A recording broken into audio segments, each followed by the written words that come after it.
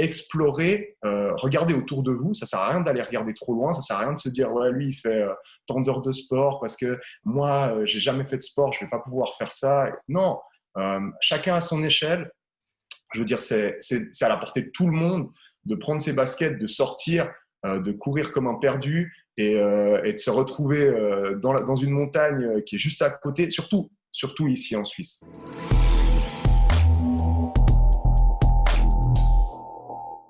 Bienvenue sur le podcast Upside Strength, la ressource numéro 1 pour toutes choses fitness et performance en Suisse.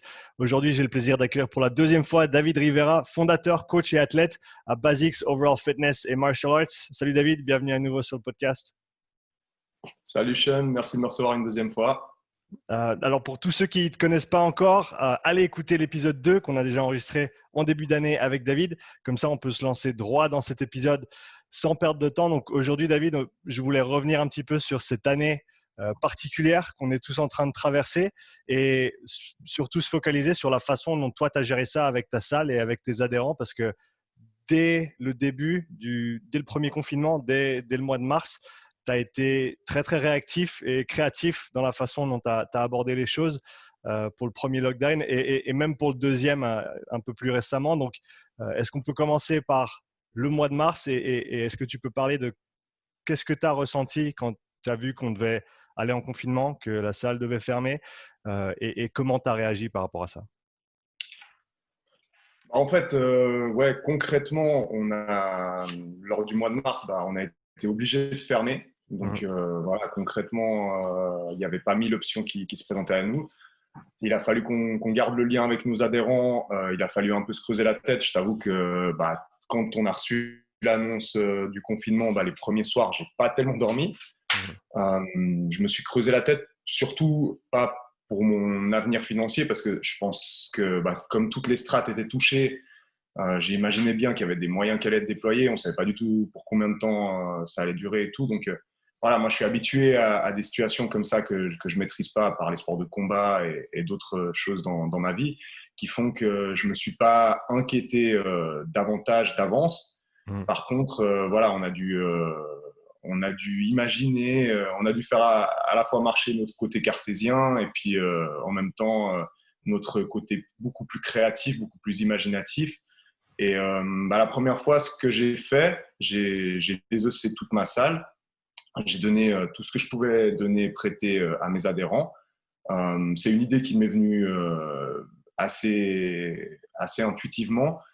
Puis en fait, j'ai vu qu'il y avait beaucoup d'autres salles qui avaient fait la même chose. Donc, je pense qu'on était assez dans le juste avec ce procédé, en se disant que voilà, ça fait. Le message est aussi assez fort parce que les gens sentent que ils font partie de ça. Ça fait partie d'eux, donc voilà, je trouvais assez logique et j'ai trouvé cool que chacun puisse prendre un petit bout, ramener un petit bout chez lui, puis ça le maintient attaché à la salle. Tu sais qu'il va revenir après, tu sais qu'il va prendre soin de ce matériel, puis tu sais que toi aussi, tu vas devoir être acteur avec cette prise de matériel parce que la personne, elle va pas forcément savoir comment l'utiliser. Donc, ce que j'ai proposé au tout début, c'était des petites consultations.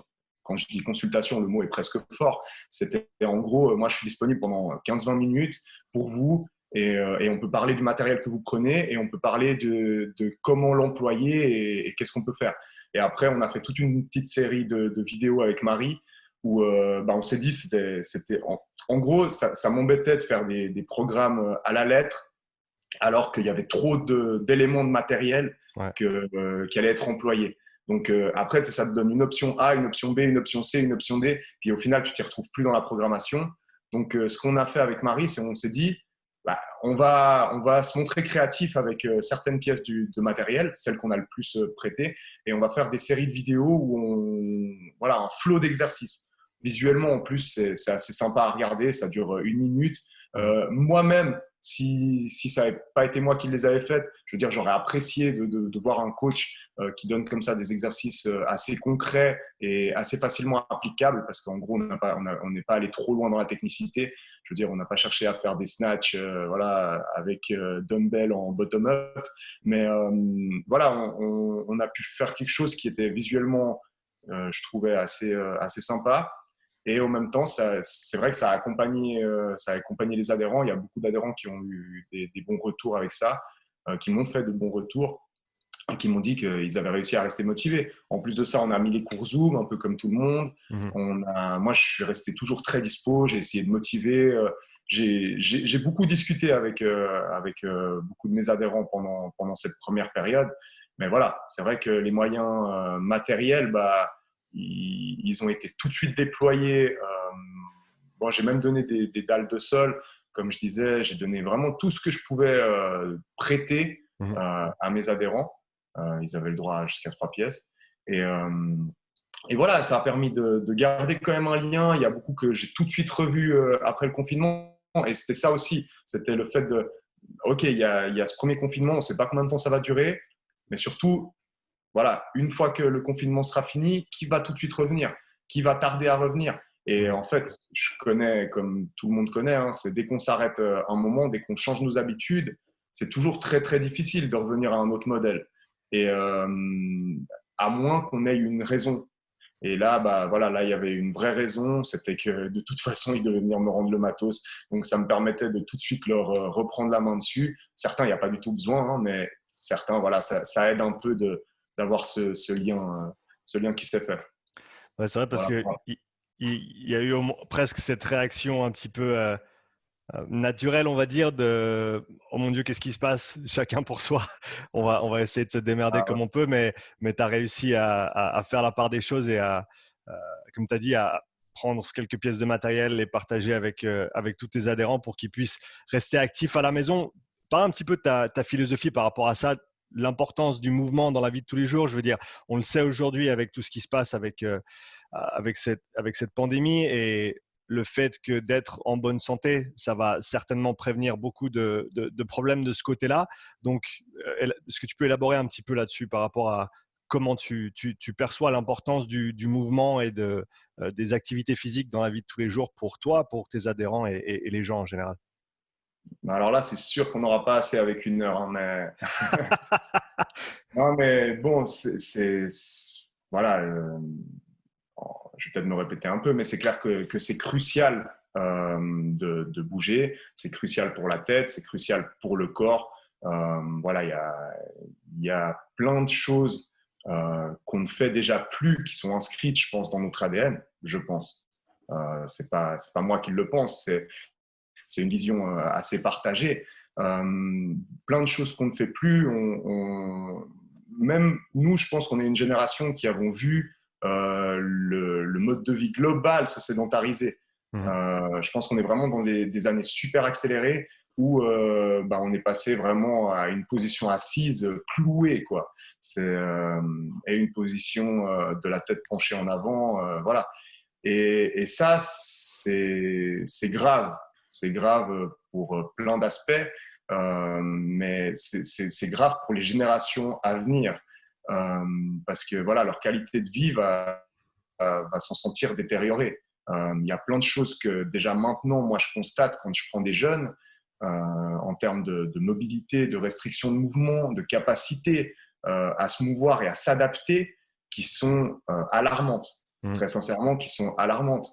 Alors, c'est pas forcément, c'est surtout pas de la faute des jeunes, même si voilà, je pense qu'on a tous une un potentiel d'action même quand on est très très jeune. Mhm. Mais voilà, c'est la faute à beaucoup de choses. C'est la faute sans doute aux parents un peu, beaucoup à la société, beaucoup à l'instrumentalisation des réseaux sociaux et des divers médias qu'on a aujourd'hui. Et, euh, et là, on met les adultes dans un contexte qui les pousse encore plus davantage à se sédentariser. Donc voilà, il faut réagir de manière assez virulente. Il faut se réveiller par rapport à ça parce que voilà, ça aura des répercussions sur la santé, ça aura des répercussions sur la qualité de vie, ça aura aussi des répercussions. Ça, c'est un autre discours que j'avais ces derniers jours. Je ne sais plus si c'était avec toi, mais en gros, là, on est en train de nouveau nous habituer à avoir peur de prendre des risques. Mmh. Quand je dis on, voilà, c'est le coronavirus dans son ensemble. C'est en gros, maintenant, on est de nouveau dans un système où chaque fois qu'on va prendre une décision, une initiative, on va dire ouais, mais là, les temps sont pas très sûrs, fais attention. Mais on était déjà tellement prudent. Après, je veux pas dire qu'il faut faire n'importe quoi, mais on était déjà tellement prudent. Là, on nous rajoute encore de la prudence. Au final, on va devenir voilà, des objets à travailler, des objets à être assis et des objets à s'asseoir devant un écran et notre vie va un peu se résumer à ça, ou en tout cas, elle va facilement se faire avaler par ce magnétisme, en fait. Et, euh, et voilà, c'est ça que je veux combattre à mon échelle en, en promeuvant, en faisant la promotion de, voilà, de ceux qui me passionnent au final. Parce que moi j'ai toujours bougé et voilà, je pense que même, je veux dire, même quand j'ai eu des plâtres, j'ai toujours fait ce que je pouvais, alors de manière assez débile, hein, dans les hôpitaux, à faire des abdos, à faire des trucs sur mon lit d'hôpital. Mais voilà, c'est pour dire, c'est que si on veut, on peut toujours trouver un moyen. Mmh. Bien sûr, je souhaite à personne de se retrouver dans une situation hyper méga complexe, mais voilà, si on veut, on peut toujours trouver un moyen de bouger et il faut se battre pour cette étincelle pour que voilà, pour que le feu du mouvement soit toujours là. Et c'est vraiment c'est toute votre qualité de vie qui va s'en trouver améliorée, que ce soit la libido, le sommeil, l'appétit, la joie, même je pense la créativité. Hein, voilà, c'est presque du domaine du quantique, mais voilà, il y a des énergies qui doivent circuler, quoi. On est Voilà. d'accord là-dessus. Peut-être pour partir sur quelques conseils pratiques pour les gens qui nous écoutent. Donc, on parle souvent on vient de parler de l'importance du mouvement et de rester actif pour la santé physique, santé psychique aussi. Est-ce que on parle pas souvent des autres 23 heures dans la journée et de l'importance qu'elles ont aussi dans le processus global de santé? Quels conseils pratiques tu pourrais donner à des gens qui sont dans ce deuxième confinement, qui sont peut-être un petit peu scotchés à la maison, devant leur ordi, qui bossent depuis la maison, qui n'ont pas beaucoup l'occasion de sortir. On ne peut pas sortir pour aller au resto, aller voir des amis, etc. Donc, concrètement, que peuvent faire les gens, à part faire une demi-heure, une heure de mouvement, d'activité physique dédiée dans la journée, des petites choses qui peuvent être échelonnées au cours de la journée pour se sentir mieux, pour pas rouiller, on va dire, et juste rester planté sur notre chaise de bureau. Bah, en fait, ouais, les conseils que je pourrais donner, c'est dans ce contexte, c'est les mêmes que je pourrais donner simplement dans le contexte de la vie en général, hors Corona, hors Covid, quoi. C'est déjà d'une part de croire en ses capacités, en son individualité, donc d'essayer des choses que peut-être d'autres personnes n'auront pas essayé, parce que ça, c'est le problème, c'est que des fois, on se verrouille par rapport à ce que les gens font, et c'est normal, je veux dire, c'est humain, c'est des biais qu'on a tous. Donc voilà, se déverrouiller, essayer de faire quelque chose que les autres ne font pas et surtout essayer de faire des choses qu'on n'a jamais fait. Voilà, Marie et moi, j'adore parce qu'on a une dynamique qui s'alimente en fait et tous les deux, le confinement, on a découvert mais 1 million de choses. Parce que justement, on s'est dit, bah voilà, notre vie elle change, on va explorer, on va Mmh. explorer ce nouveau terrain. Et concrètement, on a vraiment exploré le terrain, on a découvert plein de choses autour de chez nous, on a découvert qu'on pouvait faire plein de choses. Et c'est ça, moi, que j'ai envie de donner comme conseil aux gens, c'est explorer, regarder autour de vous. Ça sert à rien d'aller regarder trop loin, ça sert à rien de se dire, ouais, lui, il fait tant d'heures de sport parce que moi, j'ai jamais fait de sport, je vais pas pouvoir faire ça. Non, chacun à son échelle. Je veux dire, c'est à la portée de tout le monde de prendre ses baskets, de sortir, de courir comme un perdu et de se retrouver dans une montagne qui est juste à côté, surtout ici en Suisse. Je veux dire, surtout dans notre contexte, à la côte et tout. Il y a plein de trucs. Le week-end passé, pour rebondir là-dessus, le week-end passé, avec Marie, elle a insisté. Alors, moi, je fais souvent les cours routes là, le matin et tout, Ouais. où on va se baigner dans la rivière. On sort courir un peu, on va se baigner dans la rivière. C'est un peu voilà, un rituel du matin qui est super efficace, super motivant pour le reste de la journée.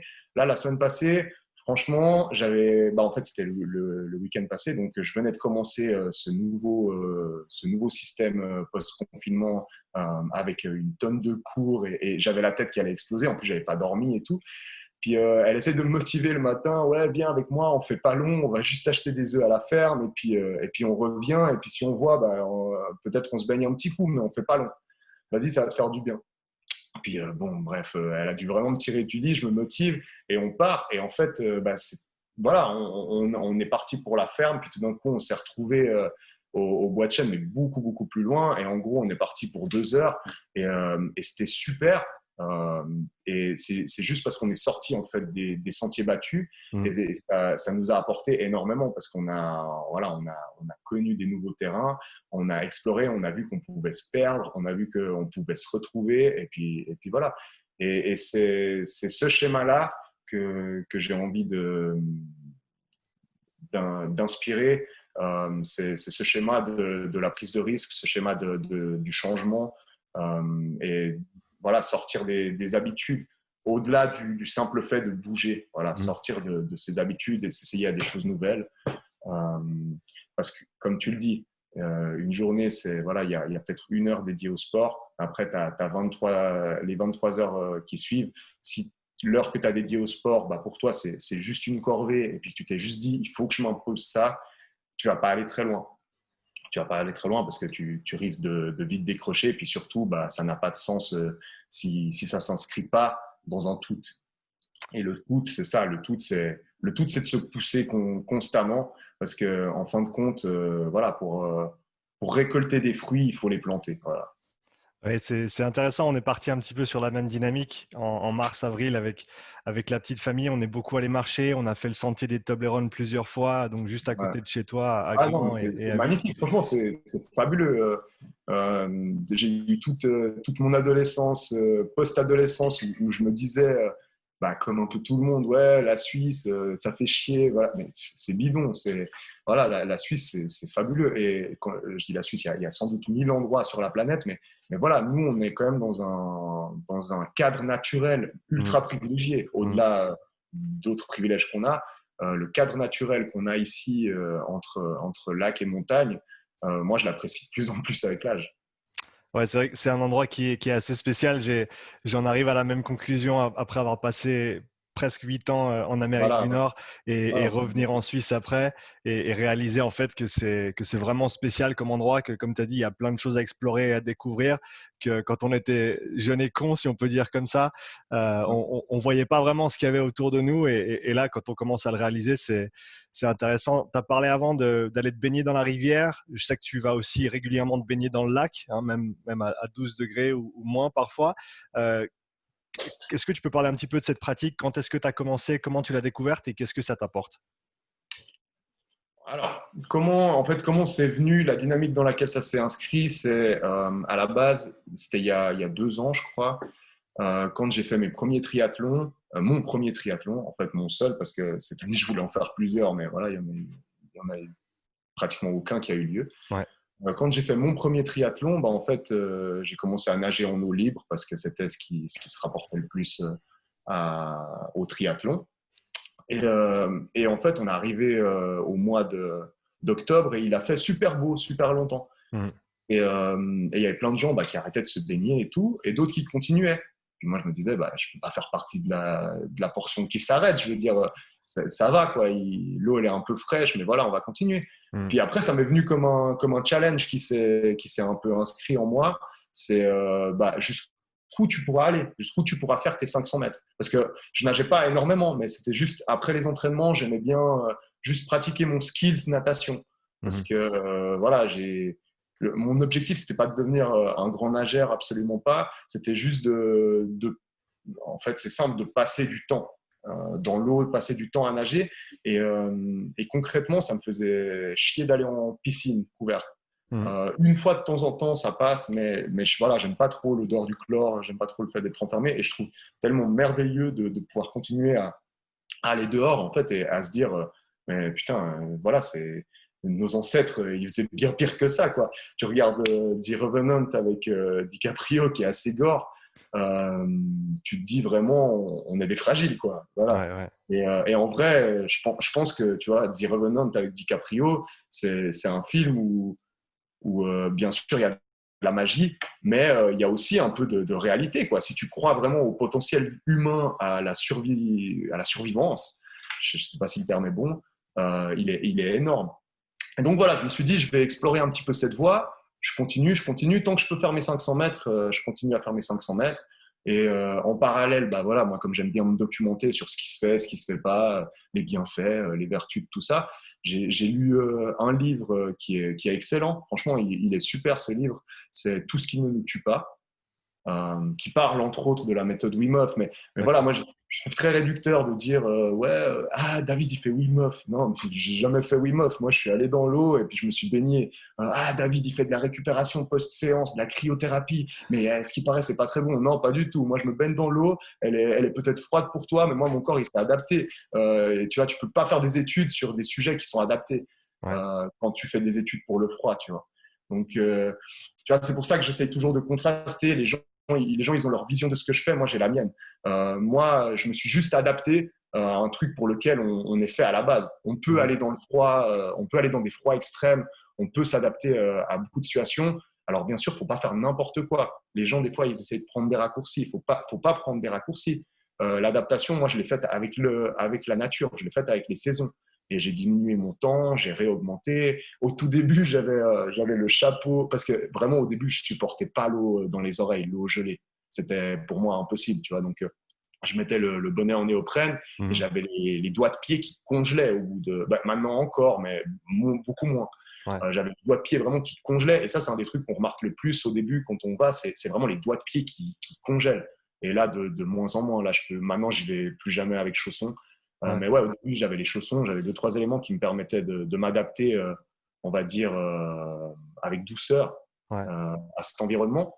Et au final, c'est resté. C'est resté comme d'habitude, ça donne envie d'aller plus loin. Puis il y a de l'adrénaline, il y a plein de choses. Et il y a plein de vertus à faire ça. Si je développe un tout petit peu, très rapidement, le contenu du livre « Tout ce qui ne nous tue pas », c'est en gros, il parle énormément de l'évolution, il parle énormément de nos ancêtres et de maintenant, en fait, la fraction de temps dans laquelle on est par rapport à l'humanité et les adaptations qu'on a eues, cette mini fraction de temps pour lesquelles notre essence corporelle et spirituelle n'a pas eu le temps du tout de s'adapter. Et après, bon, on n'y croit pas, mais voilà, il y a énormément de maladies auto-immunes qui sont apparues ces derniers temps. Donc, c'est des maladies qui, en gros, c'est le système immunitaire qui se retourne contre nous-mêmes. Et si on explore un peu, on se rend compte que beaucoup de gens qui s'exposent au froid, qui s'exposent à la nuit, qui s'exposent à tous ces éléments de survie qui sont en vrai naturels, sont beaucoup moins sujets à ça. Et bon, après, c'est impossible pratiquement de le prouver par des études. Donc, c'est quelque chose auquel on croit ou on ne croit pas. Mais oui, moi, je suis persuadé qu'il y a une énergie qu'on n'utilise plus. C'est une énergie qui nous sert à se défendre, une énergie qui nous sert à se défendre contre le froid, une énergie qui nous sert à se défendre contre l'obscurité, une énergie qui nous sert à se défendre contre la faim, parce que ça, on oublie, mais on est dans l'abondance de lumière, de chaleur, mais aussi et surtout dans l'abondance alimentaire. Et ça, c'est dramatique. Mais ça, je suis content que les gens commencent à ouvrir les yeux aujourd'hui. Voilà. Je suis végétarien, c'est aussi pour donner un message autour de moi. C'est pas que parce que je crois que l'alimentation végétarienne elle est mieux. Non, c'est beaucoup plus fort que ça le message que j'ai envie de faire passer avec ça. Et c'est beaucoup plus fort que ça le cadre dans lequel ça s'inscrit. C'est pas juste le respect des animaux, c'est beaucoup plus que ça. Il faut avoir un œil quand même sur ce qu'on fait aujourd'hui et essayer de revenir un peu plus à ce qui se faisait avant. Toute proportion gardée. Et voilà, cette énergie qu'on n'utilise plus, en gros, les maladies auto-immunes, voilà, il y a tout un courant de pensée qui dit que c'est cette énergie-là qui se retourne contre nous, en fait. C'est une énergie qu'on n'utilise plus pour survivre, donc notre système immunitaire, en gros, se retourne contre nous parce qu'il est simplement à l'arrêt, quoi, presque. Et là, maintenant, c'est dramatique avec le Covid. C'est ce réflexe pchit, ce masque, ce machin, notre microbiote, ça va être quoi ? Un enfant qui grandit dans ce contexte, on va peut-être jamais pouvoir l'étudier, jamais pouvoir le prouver. C'est comme Tchernobyl, je veux dire, il y a plein de trucs qu'on peut toujours pas prouver aujourd'hui, mais ça va être dramatique. C'est dramatique, ce réflexe qui rassure les gens. Moi, ça m'inquiète énormément. Et le fait de devoir se désinfecter les mains tout le temps et tout, ça m'inquiète beaucoup plus qu'autre chose. Voilà. Donc, je suis pas un spécialiste de la santé, je suis pas un expert du milieu médical, mais voilà, c'est ma vision à mon échelle de comment je vois le truc et comment je considère le truc. Non, je pense que c'est super important, ce dont tu parles, l'importance pour les enfants d'aller jouer dehors, de jouer dans la Ouais. terre, d'être Mettre les mains exposé dans la à… boue. Exactement. Là, Exactement. la TSR fait des superbes reportages sur ces sujets-là, 36-9. OK. Donc, et ouais, il y en a un justement où il parle de l'univers bactériologique en fait et de l'exposition des enfants à ça. Au-delà du fait qu'il y a 1000 autres reportages qu'ils ont fait super bien, vraiment 36-9, c'est une série de reportages. C'est Marie qui m'a un peu encouragé à regarder ces reportages. Et c'est un des trucs qu'on fait super bien en Suisse, je trouve. C'est Eux, ils font super bien.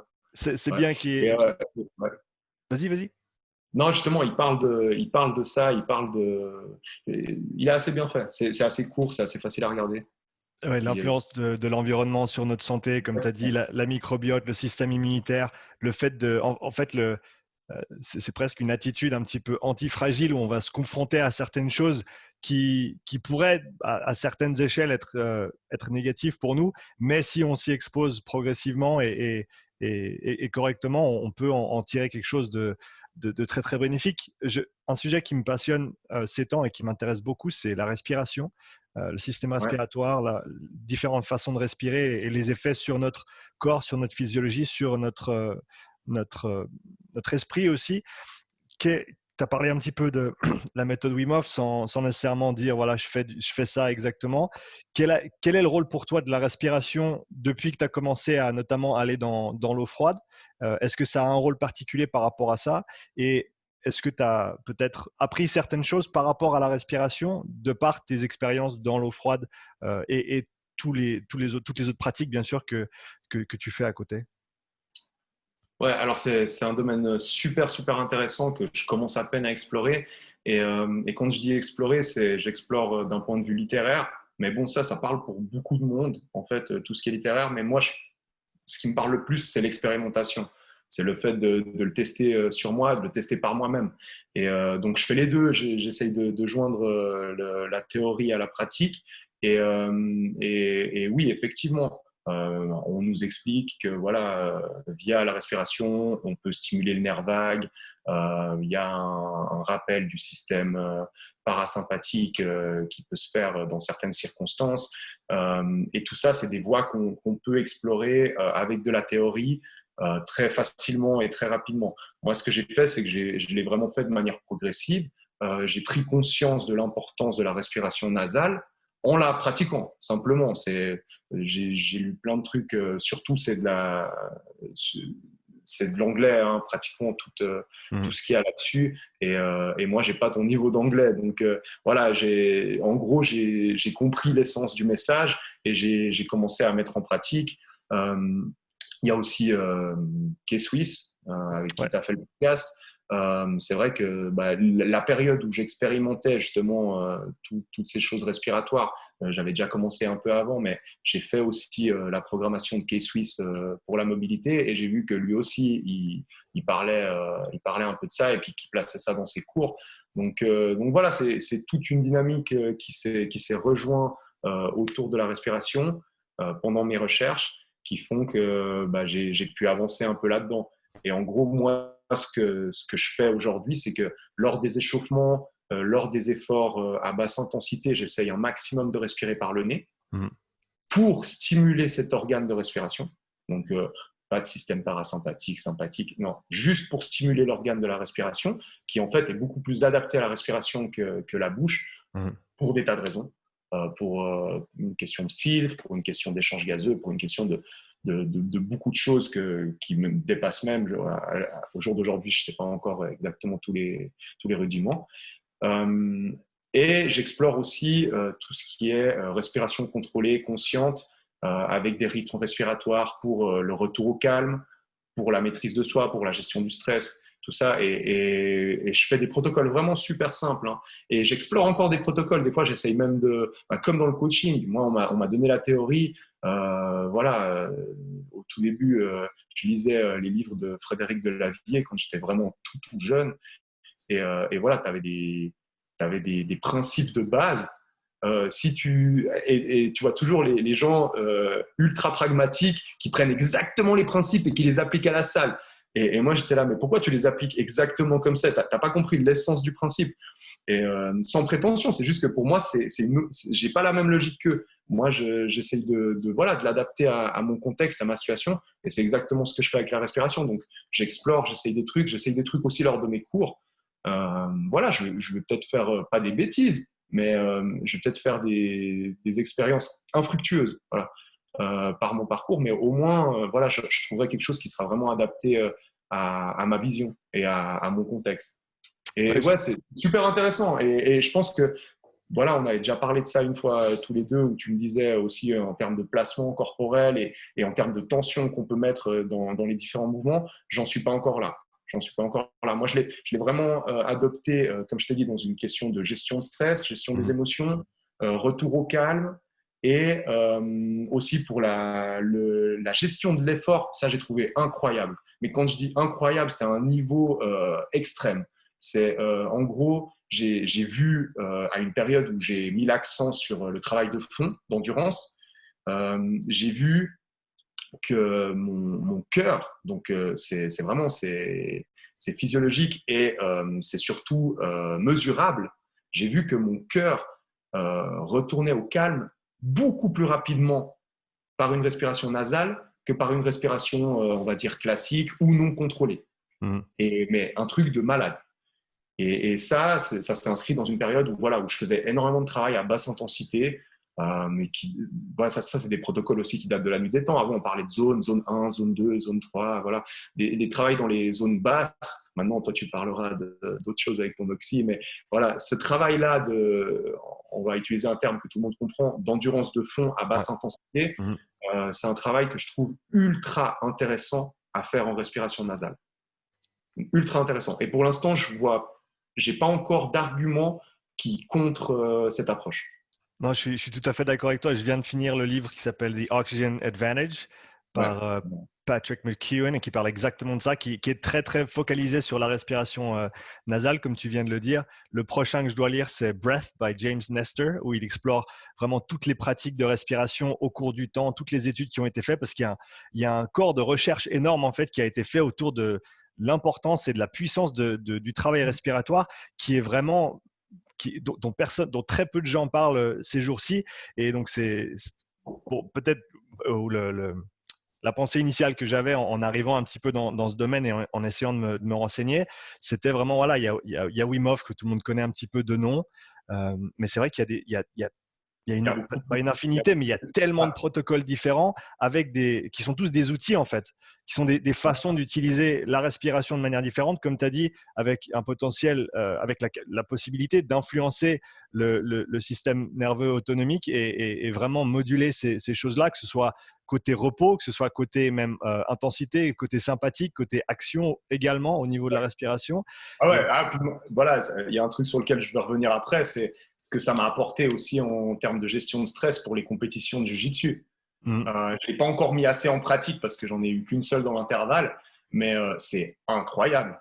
C'est incroyable. Si vous apprenez à gérer ça, parce que moi, je suis un stressé de base, mais quand je te dis un stressé, c'est malaisant. C'est malaisant à quel point…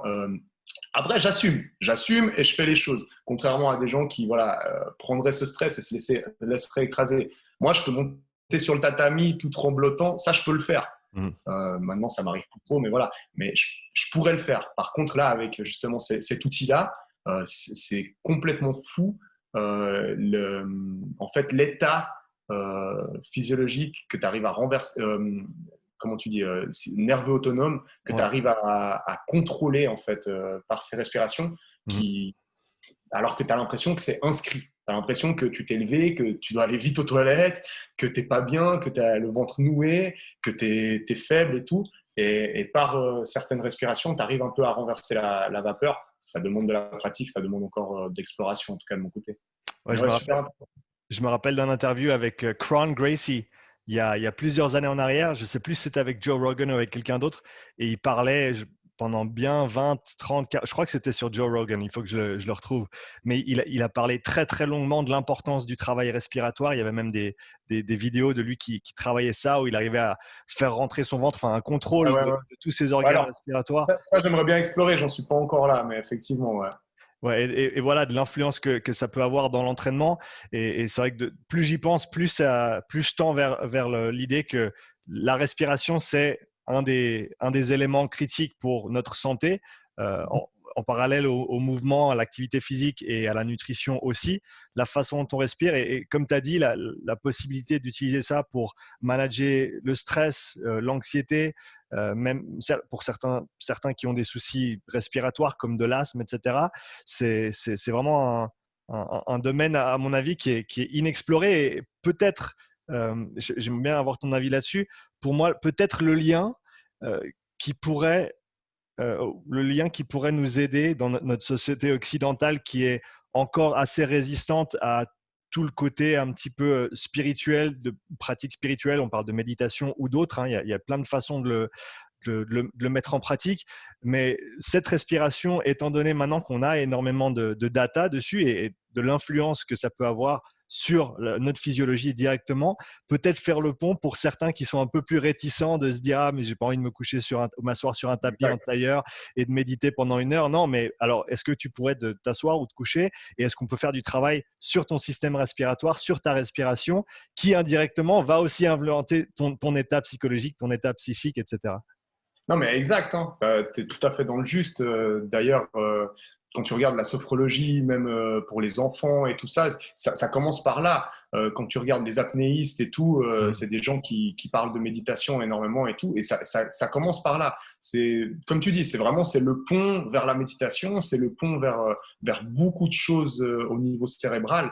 C'est le pont vers un travail qui est difficile à faire. En fait, tu peux pas sauter de l'autre côté de la rivière sans faire ce travail, j'ai l'impression. Tu es obligé de passer par la respiration. Donc, effectivement, tu dis qu'il est peu exploité. Ça, c'est notre société à nous qui l'exploite peu. Mais si tu regardes voilà, dans le yoga, même dans les arts martiaux ancestraux, ils utilisaient énormément justement ce que tu parlais avant de ces mouvements ventraux qui, en fait, sont des massages des organes.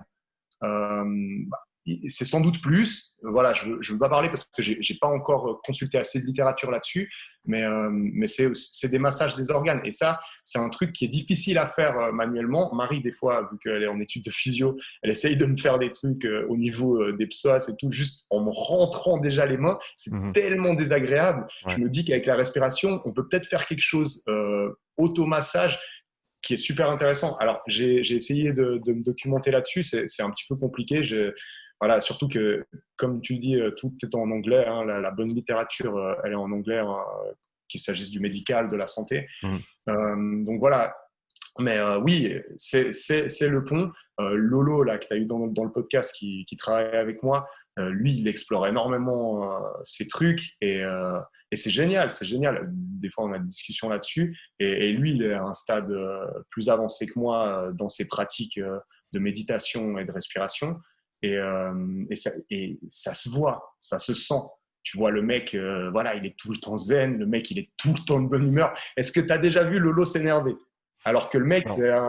c'est un gars, le gars en arts martiaux, il envoie le mec. Tu pourrais dire il y aurait de quoi faire s'il voulait s'énerver. Voilà, il y aurait de quoi faire et le mec, il envoie, il sait se battre, il sait se défendre et tout, mais le gars, voilà, tu vois qu'en termes de travail intérieur, il est à un stade qui est plus évolué, en tout cas que moi, ça c'est sûr, et que sans doute la norme. Parce que voilà, il se documente là-dessus, il explore, il pratique. Et puis il n'y a pas de secret, hein, il n'y a pas de secret. Ça ne sert à rien d'essayer de prendre des raccourcis. Vous allez vous planter, puis vous allez trouver ça inintéressant, vous allez abandonner. Voilà, faut y aller petit à petit, faut explorer. Mais effectivement, je trouve que c'est super intéressant ce domaine. Et je crois même que tu as déjà eu des podcasts avec des gens qui étaient peut-être un peu plus calés sur le sujet, mais sinon, c'est un bon truc pour les prochains. Ouais, j'en ai eu deux, trois et je pars droit dans le rabbit hole, comme on dit en anglais, à essayer de creuser Ouais. ces pratiques-là, les comprendre et comme tu as dit, recevoir des gens qui peuvent en parler de manière beaucoup plus éduquée que moi. Donc, affaire à suivre en tout cas de ce côté-là. Je veux revenir rapidement sur ce deuxième confinement, au mini-confinement qu'on est en train de vivre en Suisse, parce que donc on a parlé de ta première réaction en mars, de ce que tu as pu faire au niveau du partage de matériel avec tes adhérents. Euh, Qu'est-ce que tu as fait cette deuxième fois maintenant que, alors on a, pour donner le contexte, on est en Suisse, dans le canton de Vaud, et les restrictions sont telles que les salles de fitness doivent être fermées. Par contre, on a l'opportunité de s'entraîner dehors jusqu'à 5 personnes. Donc, comment toi, tu as géré cette deuxième situation un petit peu nouvelle? Bah en fait, voilà, comme tu l'as dit, hein, j'ai juste écouté en fait ce qu'on nous a dit, hein. On nous a dit qu'on pouvait s'entraîner encore en extérieur. J'ai juste pris, j'ai- de nouveau, j'ai fait appel à mon côté plus cartésien et après j'y ai rajouté un peu de créativité. Mais en gros, au début, c'est purement cartésien. C'est qu'est-ce qu'on peut faire, qu'est-ce qu'on ne peut pas faire. Voilà, ce que j'ai mis en place, bah, c'est simplement un système d'entraînement en extérieur. J'ai la chance d'avoir une porte qui donne sur la rue, donc je peux facilement rentrer, sortir le matériel. J'ai tout de suite, dès qu'on nous a fait l'annonce, j'ai prévu l'achat de bois, l'achat de matériel pour pouvoir mettre en place ces zones le lendemain, parce que le lendemain, on avait la fermeture à 17h. Et à 17h, on s'y est mis avec Marie, mon père qui m'a énormément aidé, et j'espère qu'il écoutera ce podcast et qu'il prendra le temps et puis qu'il verra mes remerciements là-dessus, parce que voilà, il nous a énormément aidé, il a pris sa remorque, il n'a pas hésité, il avait des choses à faire, et il m'a dit vas-y quoi. Tu vois, il a compris que c'était une question de cœur pour moi de faire ça. Et, Mhm. et, voilà, on est allé acheter du bois, on est allé faire ces plateformes. J'ai deux personnes, là, Tate et Vince aussi, qui sont venus m'aider. Et on a réussi à mettre ça en place en quelques heures. En quelques heures, on a mis une surface d'entraînement qui est pratiquement la même qu'à l'intérieur avec du vent, quoi. En gros c'est ça. Moi, ça me demande plus de travail parce que voilà, je dois sortir, rentrer, tout ce qui est sono, matériel, tout ça. Mais par contre, le rendu final, il est très proche et même, je dirais même, il y a pas que du négatif, il y a aussi vraiment il y a de la plus-value à faire ce travail-là parce que bah, déjà les gens sortent du contexte habituel. Mhm. Donc là, on en revient à ce qu'on disait avant. Les gens prennent l'air. Les cours, bah forcément, j'ai diminué un petit peu le temps parce que vu que j'ai que 4 personnes, j'ai pas dit au bol, allez, tiens, on met 50 cours. Non, j'ai fait un calcul. Donc, moi, je m'étonne des fois en voyant certaines choses qui se font autour de moi. Mais comment ils ont calculé leur truc, les mecs? Parce que moi, le calcul, voilà, le calcul, c'est simple. J'avais un nombre de cours de base, j'avais une fréquentation moyenne. Donc là, ces derniers temps, ça avait énormément baissé avec premier Covid, Mhm. premier confinement et puis répercussions. Ça avait énormément baissé. Donc voilà, je suis arrivé à une moyenne d'à peu près 8 personnes euh, sur l'ensemble des cours. Mhm. Donc j'ai multiplié ce nombre de personnes pour pouvoir les caser en fait dans un nombre de cours divisé par 4 personnes. Voilà, j'ai fait un calcul tout simple, une règle de 3, et j'ai trouvé à peu près 50 cours. Donc voilà concrètement comment je suis arrivé à 50 cours. Je suis pas arrivé, j'ai pas balancé 50 cours au bol et tout. Et puis là, je vois des salles qui ont 10 fois plus de gens que moi et tout, qui font mais absolument pas ça. Et, euh, et voilà, et je me demande comment leur modèle il va pouvoir être viable. Je veux dire, le message qu'on doit envoyer, c'est un message fort d'implication. Au jour d'aujourd'hui, on est dans un modèle de survie, on est clairement dans un modèle de survie, donc Mhm. faut se mouiller le maillot plus que jamais. Et voilà, donc ce que j'ai mis en place, c'est simplement ça, c'est des cours à 4 personnes avec un temps limité pour pouvoir augmenter le nombre, parce que forcément, je suis tout seul. Je suis pas tout seul en vrai. Il y a Raoul et Lolo qui m'aident, mais on va dire la grande majorité, c'est moi. Eux, ils sont là pour la gymnastique et pour les arts martiaux avec les enfants et la boxe thaï avec les adultes. Mais au-delà de ça, ça me demande une charge de travail qui est pratiquement maximale. Je ne peux Mhm. pas vraiment faire plus que ce que on peut toujours faire un petit peu plus, mais je pourrais pas faire d'un coup beaucoup plus que ce que je fais maintenant. Sinon, c'est simple, burn-out, hein, c'est clair. Donc voilà, j'ai pris ma capacité maximale de gestion de membres et j'ai fait au mieux avec ce que j'avais. Ça donne des cours de 30 minutes. Les gens, ce qui est cool, c'est que ça leur permet aussi de caser ça dans leur quotidien beaucoup plus facilement. Donc au final, voilà, c'est une période de l'année, c'est pas printemps où on veut les tablettes, où il va falloir faire 3 fois plus que d'habitude. Là, on maintient, on garde le lien qui nous unit à notre salle, on garde ce lien social, on garde nos acquis sportifs, même on développe un petit peu, mais voilà, c'est clair qu'il faut juste revoir un petit peu ses prétentions à la baisse, comme moi je le fais pour mon entraînement. Moi là, ces temps, je m'entraîne super mal, mais je fais au mieux et je m'entraîne quand même. Hier, on a quand même fait 1h30 d'entraînement avec Marie, voilà, entre deux créneaux, parce que j'ai encore mes coachings privés, j'ai encore plein d'autres choses. J'ai pas que les cours à ma salle, ce qui fait que et j'essaye aussi de développer avec toi, avec Marie, voilà, et avec Lys, les aspects sociaux, réseautage et tout ça. Donc ça prend du temps.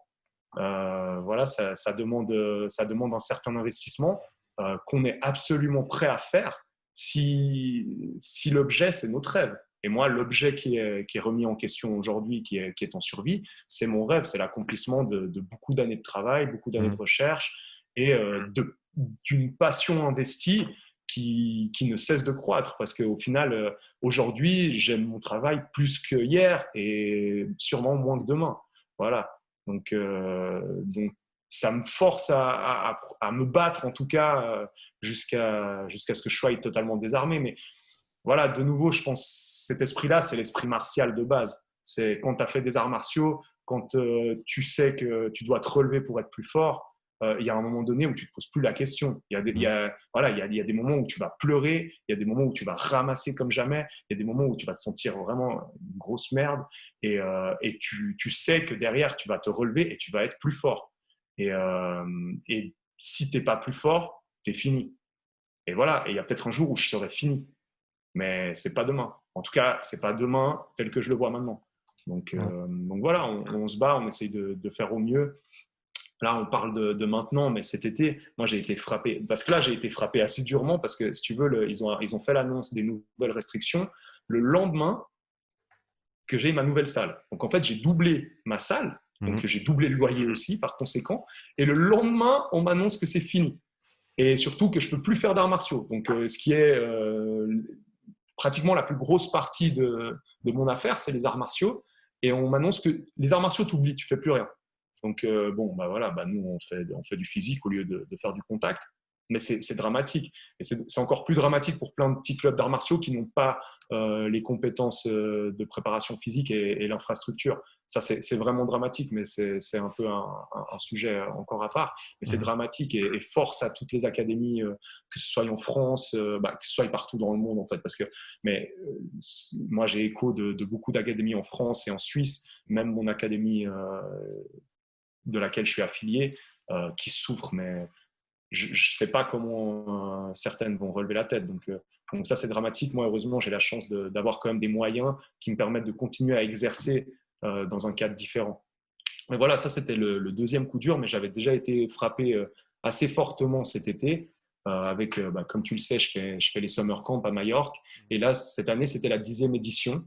Donc, j'avais mis les petits plats dans les grands. Je voulais vraiment faire quelque chose d'historique. Et j'avais pris des prestataires du plus haut de gamme possible, tout en respectant quand même la philosophie qui est festive, on fait plein de sports en extérieur, on se mouille quand même. Et pour reprendre un terme que tu as dit avant, on est quand même un peu antifragile. Donc nous, il n'y a pas besoin d'être un athlète, absolument pas, pour venir à ces camps, mais il faut quand même avoir une mentalité d'antifragilité. Il faut pouvoir se mouiller. J'ai eu des gens de tout type. J'ai eu même des gens qui avaient plus de 50 ans. J'ai eu des gens qui n'étaient pas du tout sportifs qui sont venus à mes camps, mais c'est des gens, dans leur tête, ils ont envie de sortir de leur quotidien. Et c'est cette mentalité qu'il faut avoir. Et juste avant ce summer camp, qui était prévu de A à Z avec 20 personnes, donc c'était la plus grosse édition que j'avais prévue, un jour avant, la Confédération nous annonce que Majorque est placé sur liste rouge. Donc un jour avant notre départ. Donc, gros coup dur. D'ailleurs, énorme coup dur parce que, bon, en plus de ça, j'avais ma maman qui devait cuisiner. Donc, c'était la seule occasion que j'avais pour la voir de l'année parce qu'elle vit en Espagne, qui devait venir cuisiner lors de ses summer camps. Donc, il y a aussi un aspect familial, privé qui venait impacter tout ça. Donc, j'avais eu un gros coup dur avec ça. Mais voilà, on a rebondi aussi. On a rebondi en 24 heures. On a organisé un summer camp dans un pays que je connaissais presque pas, en tout cas dans une région que j'étais jamais allé, donc en Algarve, et on a réussi à reloger plus de 10 personnes avec nos moyens, alors que tous nos prestataires à Majorque se refusaient de nous rembourser. Donc voilà, je sais qu'il y a plein d'organismes événementiels et de camps sportifs qui ont annulé leur camp. Bah, tant pis pour eux. Nous, on a quand même réussi à faire quelque chose, simplement parce que c'est ça qui nous anime, quoi. C'est ça qui nous anime. Et j'ai perdu beaucoup d'argent dans cette histoire, mais par contre, j'ai pas perdu la face et j'ai pas perdu la passion. Et ça, c'était le plus important pour moi dans un contexte comme celui qu'on vit actuellement. C'est les gars, eux, ils vont essayer de vous bousiller les vacances, mais moi, je vais tout faire pour vous passer des vacances le plus dignes possible. Et voilà, j'ai réussi à faire plus ou moins toutes les activités qu'on avait prévues. J'ai réussi à leur offrir plus ou moins le même cadre de prestation. Donc ça, c'était une grosse réussite pour moi et Marie, qui m'a énormément aidé dans cette préparation. Je pense que ton message, il est super important. Se battre pour son entreprise, se battre pour ses adhérents, se battre pour ses idées dans ces temps difficiles. Je pense que, comme tu as dit, l'esprit martial, cette attitude de battant, et on va pas arrêter tant qu'on peut bouger, tant qu'on peut avancer, on va le faire. Et ceux qui m'ont vu combattre au jiu-jitsu, je pense qu'ils seront d'accord avec ça. J'espère. C'est ce que j'essaie de donner, et puis c'est les retours que j'ai. Donc, exactement, et vraiment appliquer cet esprit-là à tout ce que tu fais. Donc, je pense que comme message, c'est extrêmement important pour tous les coachs qui sont peut-être un petit peu dans le désarroi, et on n'a pas contrôle sur grand-chose ces temps, mais tu es vraiment un exemple de contrôle ce que tu peux, fais ce que tu peux, reste vrai par rapport à toi-même, par rapport à tes idées, par rapport à tes idéaux et ta philosophie. Donc, je pense que c'est vraiment admirable tout ce que tu fais de ce côté-là, David. Pour terminer aujourd'hui, je voulais parler d'un projet qui, je sais, te tient à cœur. C'est le travail que tu as commencé récemment avec Flavie. Donc, est-ce que tu peux parler un petit peu de ce projet et de ce que vous allez essayer d'accomplir ensemble? Voilà, donc le projet, d'abord, c'est le sien à la base. C'est le sien dans lequel je suis venu m'inscrire par la suite. Donc, son projet à elle, c'est de faire l'aller-retour du lac Léman. Donc, pour les Suisses qui nous écoutent, c'est assez clair, assez visuel, je pense. Par contre, l'aller-retour dans le sens de la longueur. Donc, voilà. À la nage, donc. Un des plus grands lacs d'Europe. Le deuxième, je crois, je ne sais pas, mais c'est un des plus grands lacs d'Europe. À la nage, d'une traite. Et donc, un total de 150 km, voilà, pour être concret, pour les gens qui ne connaissent pas le lac Léman. Voilà, donc le défi, il s'inscrit suite à son premier exploit, qui était de faire juste l'aller. Donc, l'aller, elle a réussi à le faire en 35 heures. Maintenant, l'aller-retour, il y a un nouveau défi qui s'ajoute à ça, c'est qu'elle veut le faire en moins de 50 heures. Donc, elle l'avait fait en 35 heures juste l'aller. Là, maintenant, elle veut plus ou moins nager un tiers plus vite. Ouais. Donc, c'est là où moi, je dois intervenir. C'est pour tout ce travail de nervosité, bon, aussi de santé et de prévention des blessures et de prévention des douleurs, sans doute aussi des aspects mentaux. Donc voilà, j'essaye vraiment d'avoir une approche holistique et de me replacer aussi dans mon rôle. Le rôle du préparateur physique en natation, c'est un rôle qui est bien particulier parce que la natation, comme la gymnastique que tu as eu avec Thibaut sur le podcast, c'est des sports qui font eux-mêmes normalement leur préparation physique. Donc, ils ont toute une série d'approches qui sont bien sûr justes et avérées, mais qui sont peut-être pas optimales parce qu'ils ont quand même une vision réductrice de ce que pourrait être la préparation physique, étant donné qu'ils ont la tête dans le guidon. Et et je veux dire, je clash, il ne faut pas comprendre mal mon message, je clash absolument pas les coachs de préparation physique en natation qui sont spécialistes de natation, absolument pas.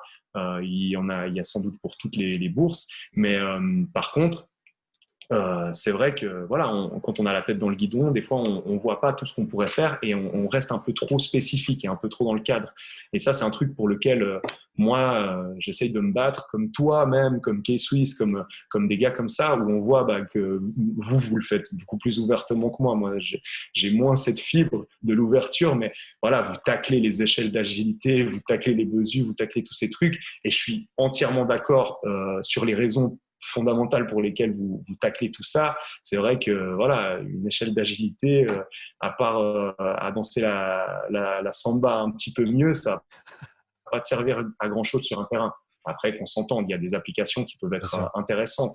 Et pareil sur le BOSU, voilà, c'est des outils qu'on a surexploités par mode. Et moi, ce pourquoi je me bats un petit peu, c'est que des fois, je sors complètement du contexte de la natation. Et les gens me disent, ouais, mais c'est pas du tout le même placement, c'est pas du tout le même mouvement.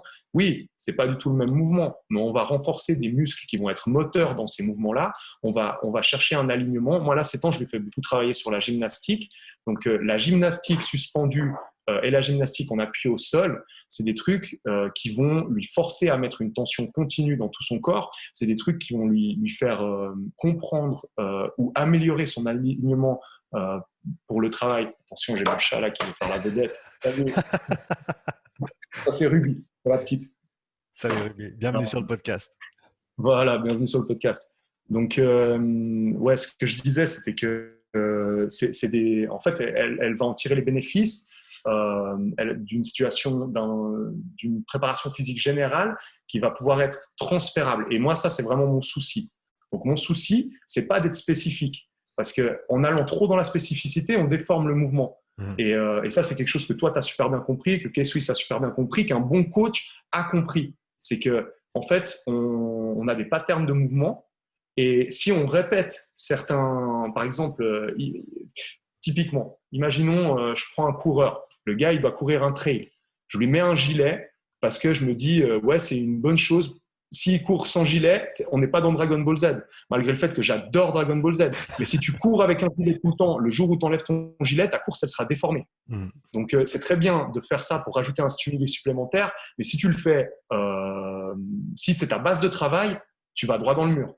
Et ça, les gens, ils ont de la peine à comprendre de l'extérieur parce que pour eux, une préparation physique de natation, ça doit être sur des ballons, ça doit être avec des mouvements de bras, ça doit être… Alors, il y aura un peu de ça, il y aura un peu de ça. Et d'ailleurs, on a fait un petit peu de spécifique, mais je vais jamais en faire trop pour pas dénaturer ces patterns de base et ces patterns pratiques dans l'eau.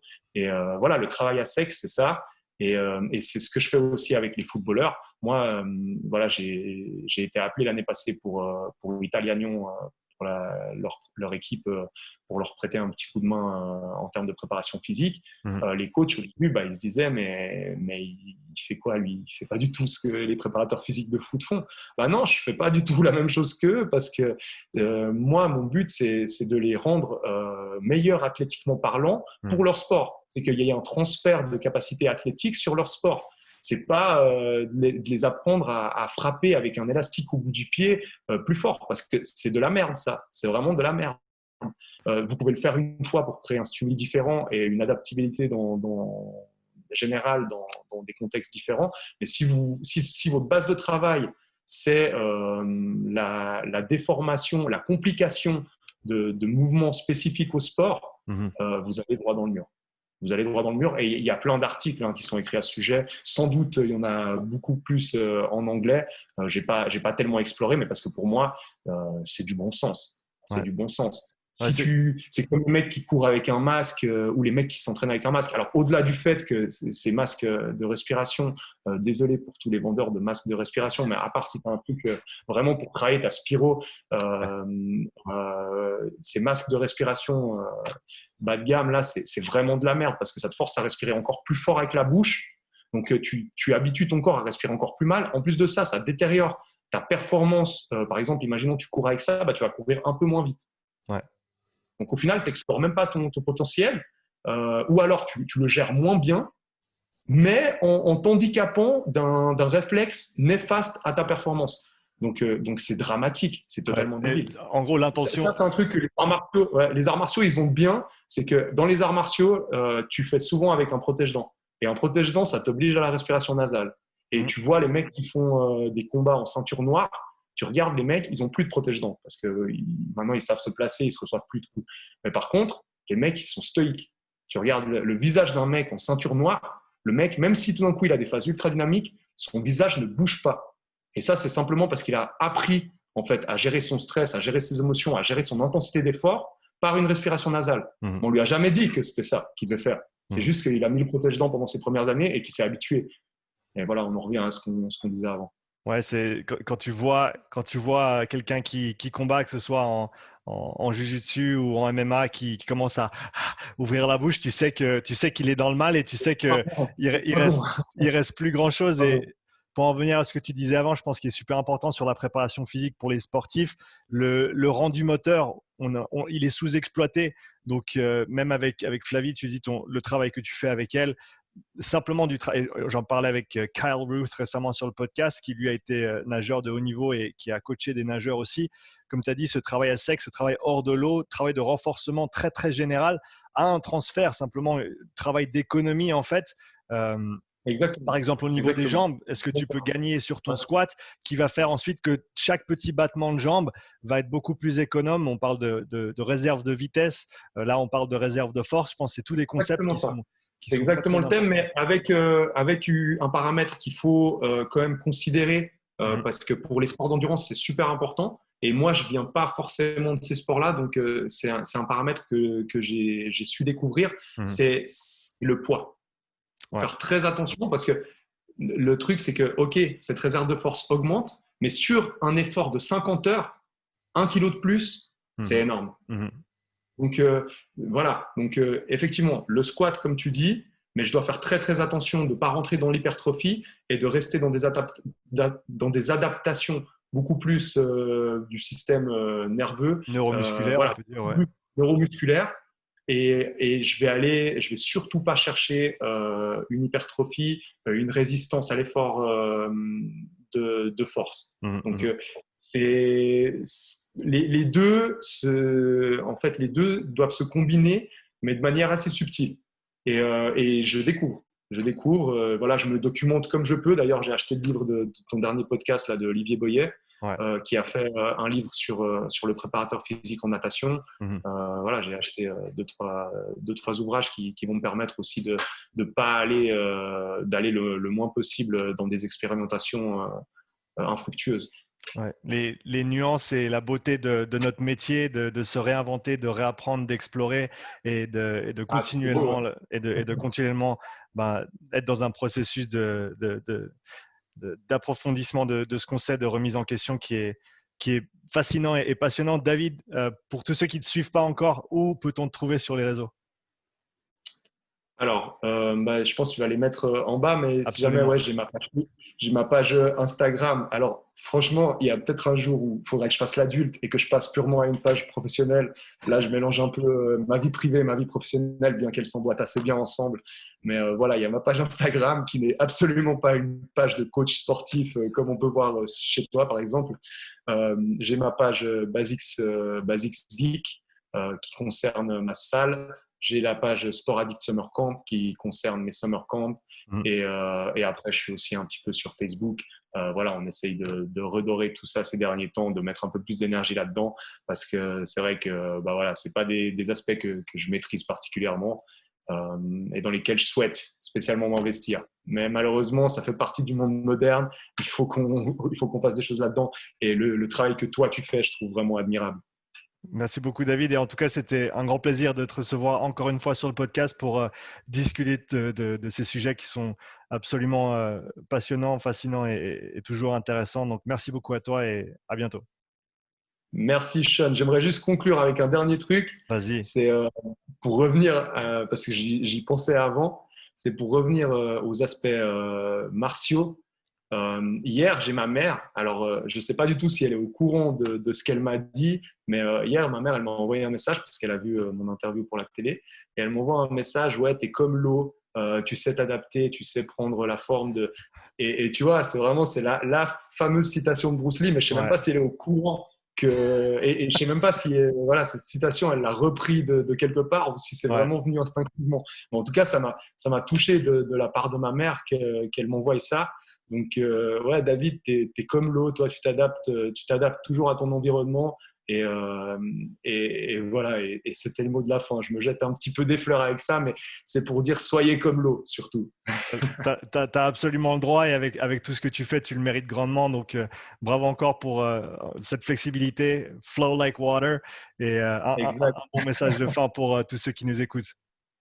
Yes. Merci beaucoup, Sean. Toujours un plaisir, David. Ciao.